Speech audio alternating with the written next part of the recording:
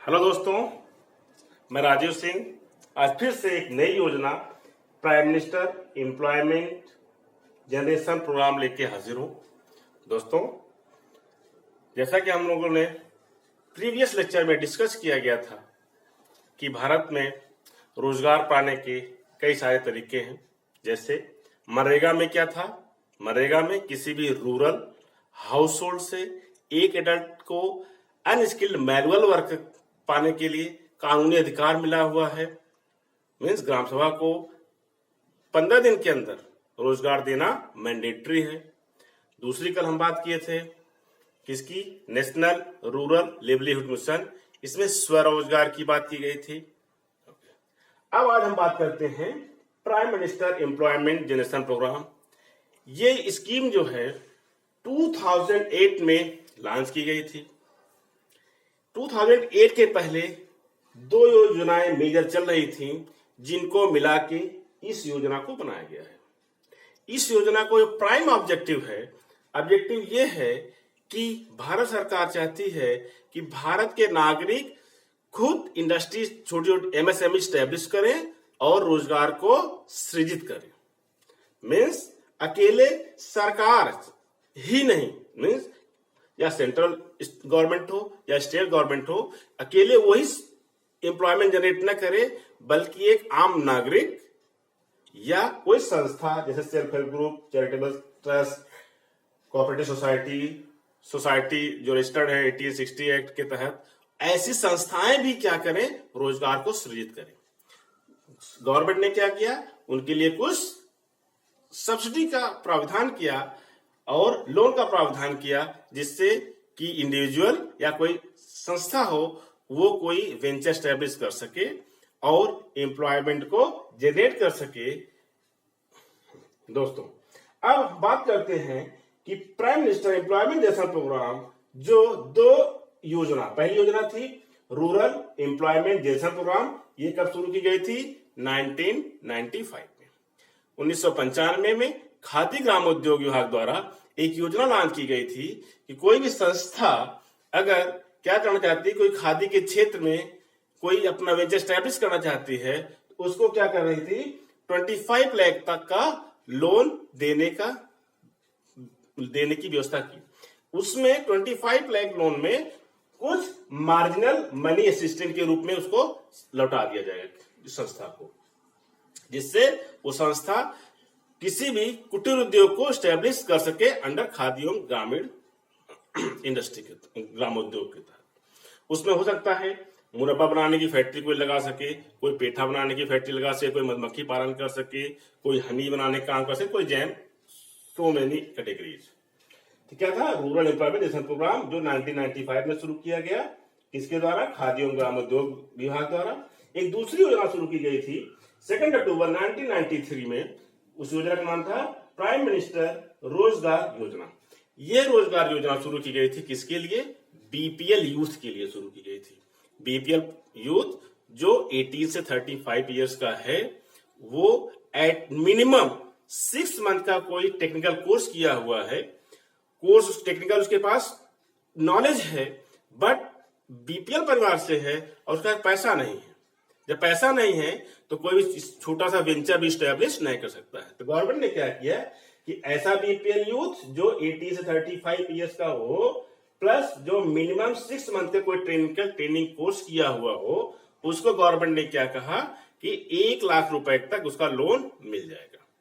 1 लाख तक का लोन मिल जाएगा, प्लस उस लोन में उसको 15% की सब्सिडी दे दी जाएगी।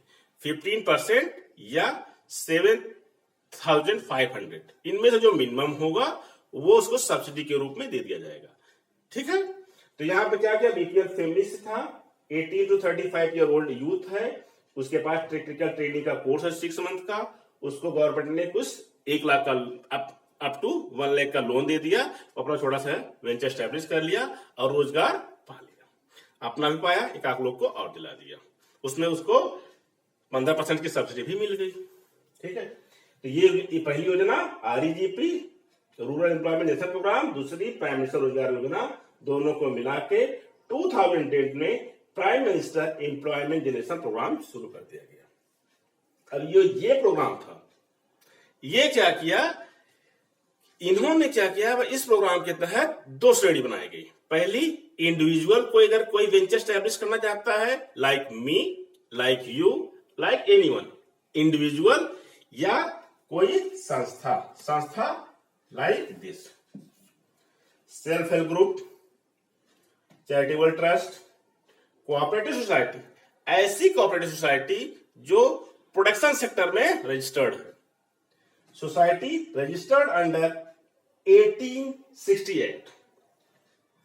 ओके, मीन्स इंडिविजुअल भी क्या है, प्राइम मिनिस्टर एम्प्लॉयमेंट प्रोग्राम के अंदर क्या है, एलिजिबल है, प्लस कोई संस्था इन कैटेगरी की है। इंडिविजुअल के साथ रखी गई, उसकी कंडीशन है वो मिनिमम 8 इयर्स ओल्ड होना चाहिए, मतलब क्लास 8 तक पढ़ा हुआ होना चाहिए और 18 ईयर से अबव होना चाहिए, 18 साल से ज्यादा, प्लस क्लास 8 तक पढ़ा लिखा होना चाहिए। और इंडिविजुअल में कोई अगर क्या वेंचर स्टैब्लिश करना चाहता है तो उसके पास अपनी क्या हो, जमीन हो या अपना कोई एक कंस्ट्रक्शन हो, जिससे गारंटी के तौर पे बैंक समझ सके हाँ इनके पास अपनी हैसियत है, तो उनको गवर्नमेंट क्या करेगी, लोन दे देगी और प्लस सब्सिडी भी मिलेगा। अब गवर्नमेंट क्या किया, दो डिग्री लगाई, पहली लगाई इंडिविजुअल या संस्था, दोनों इनके तहत क्या है, एलिजिबल है। दूसरी श्रेणी रखी कि मैन्युफैक्चरिंग सेक्टर में आपको काम करना है या सर्विस सेक्टर में, तो मैन्युफैक्चरिंग के लिए 25 लाख लोन तक प्रोविजन किया गया एंड सर्विस सेक्टर के लिए 10 लाख का प्रोविजन किया गया। ठीक है दोस्तों, इतना समझ में आ गया। अब हम चलते हैं इनकी नोडल एजेंसी क्या है, जो प्राइम मिनिस्टर एम्प्लॉयमेंट जैसा प्रोग्राम है, ये किसके थ्रू रन हो रहे हैं इंडिया में। पहला है KVIC, khadi and wheel and industry commission, ये नेशनल लेवल पर नोडल एजेंसी है। दूसरा है डिस्ट्रिक्ट इंडस्ट्री सेंटर्स, हर प्रदेश के स्टेट जिलों में क्या है, डिस्ट्रिक्ट इंडस्ट्री सेंटर बनाए जाते हैं, स्टेट लेवल पे उनका एक डायरेक्टर होता है, उनके थ्रू भी ये स्टेट लेवल पे नोडल एजेंसी है। थर्ड है बैंक, नेशनलाइज बैंक के थ्रू भी इस योजना का आप लोग लाभ ले सकते हैं, आइडियल आइदर इंडिविजुअल और एनी संस्था। ओके दोस्तों, अब बात करते हैं कि जब आप कोई संस्था है, ठीक है, या इंडिविजुअल आप लोन लेते हैं, बात क्या हो गई। एक चीज और बताना चाहता हूं, जब आप इसके अंदर प्रधानमंत्री एम्प्लॉयमेंट जनरेशन प्रोग्राम के अंदर नए वेंचर को ही क्या है, लोन मिलेगी, उन्हीं को सब्सिडी मिलेगी। मीन्स कोई ऐसा वेंचर ना हो, कोई ऐसी फैक्ट्री जो ऑलरेडी कहीं से सब्सिडी ले चुकी हो, उसके लिए ये एप्लीकेबल नहीं है। हमेशा जो नया वेंचर है वही इसके लिए एलिजिबल है, हाँ, ये एक शर्त और अब आ गई है, अगर prime minister employment generation programme के तहत वो वेंचर स्टैब्लिश किया गया है और उस वेंचर का एक्सटेंशन करना है, जैसे मान लीजिए आपने क्या लगाया, कोई अचार बनाने की फैक्ट्री लगाई, तो पहले एग्रीएम लगाई, ठीक है, तो आपको लोन लिया, इसके तहत सब्सिडी मिली, ठीक है, तो अगर उसी के तहत आपको आगे बढ़ना है तब तो आप उसे अप्लाई कर सकते हैं, means extension of that venture, तब तो एप्लीकेबल है। लेकिन अगर आप किसी और स्कीम के तहत आप सब्सिडी ले चुके हैं, फिर चाहते हैं इसके तहत भी हम क्या कहें, सब्सिडी ले लें, तो गवर्नमेंट उसको एप्लीकेबल नहीं करेगी, जिसे धांधली को रोका जा सके कि एक ही वेंचर पे कई जगह से आप सब्सिडी नहीं ले सकते। ठीक है, अब बात आती है कि कितना लोन मिलेगा, कितना लोन है मैन्युफैक्चरिंग सेक्टर के लिए 25 लाख, सर्विस सेक्टर के लिए 10 लाख। ठीक, इसमें एक शर्त रखी गई, शर्त ये रखी गई जो वेंचर है उसका जो प्रोजेक्ट कास्ट है, क्या है, प्रोजेक्ट कास्ट है। ठीक है, जो प्रोजेक्ट कास्ट है उसका 10%, अगर आप जनरल श्रेणी से हैं तो प्रोजेक्ट कास्ट का 10% आपको लगाना पड़ेगा। अगर मीन्स प्रोजेक्ट कास्ट आई 20 लाख तो आपको 10% आपको लगाना करेगा if you are belongs to general category. अगर आप स्पेशल कैटेगरी में क्या क्या है, SC ST, स्पेशल कैटेगरी में कौन कौन है, SC ST, वुमेन, महिलाएं भी, महिलाएं हैं, SC ST, women, physical handicraft, minority या हिल स्टेशन, ऐसे। ठीक है, अगर इस कैटेगरी से हैं तो प्रोजेक्ट कास्ट का केवल 5% आपको लगाना पड़ेगा। अगर क्या है आप जनरल कैटेगरी से हैं तो आपको 10% लगाना पड़ेगा प्रोजेक्ट कास्ट का, ध्यान रखना है, 10% प्रोजेक्ट कास्ट का।